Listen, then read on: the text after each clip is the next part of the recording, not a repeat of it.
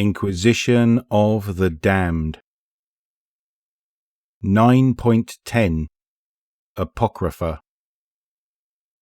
Consequence of Sin. You love your sisters, but only one offers love in return. Yet you would allow poor sweet Azavath to give all of herself for you, to extinguish her essence that you might take her place. But her essence is not the whole of it. What of her gift? The melody that echoes in her soul is a rare treasure. So few are as purely connected to the pain of our being as those worthy of the choir. Still, precious Azavath gives everything for you to be whole, trading her art for your rage. When rage is so easily born, so readily nurtured, so pathetically revered. But such is the depth of her caring, such is the folly of love, that we would surrender the best of our being, the entirety of our existence, to please those we cherish most. What then of the other, your wicked sister Malkanth? Her fondness for you is tempered by ambition, by the stoic truth she finds in sword logic. She sees all, knows much, and wields secrets as weapons like few before her. That she herself holds you dear is a certainty you feel to your core, for she is, has always been, devout and true. She served the fallen prince faithfully, despite the questionable calling of your line, but her loyalties were of little consequence when the children of light cursed these halls and slaughtered their way to forbidden chambers where they killed the son, tempered the father, and set in motion a war that would end a king's reign. But you know all of this, great and powerful Akrazul. Such histories are the framework for your rage. Such violent truths are marked upon your body, mind and soul.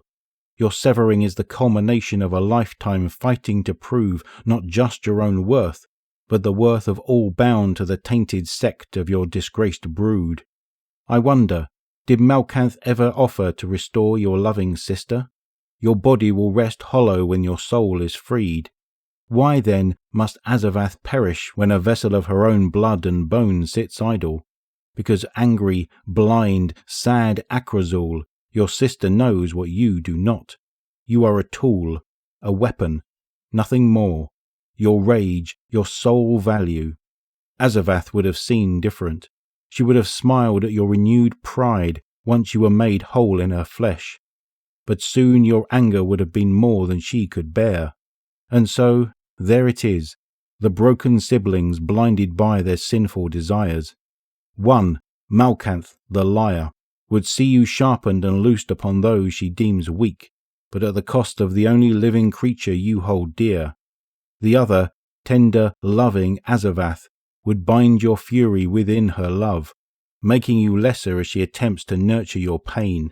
Both are flawed, both as unworthy as any. What then will you do?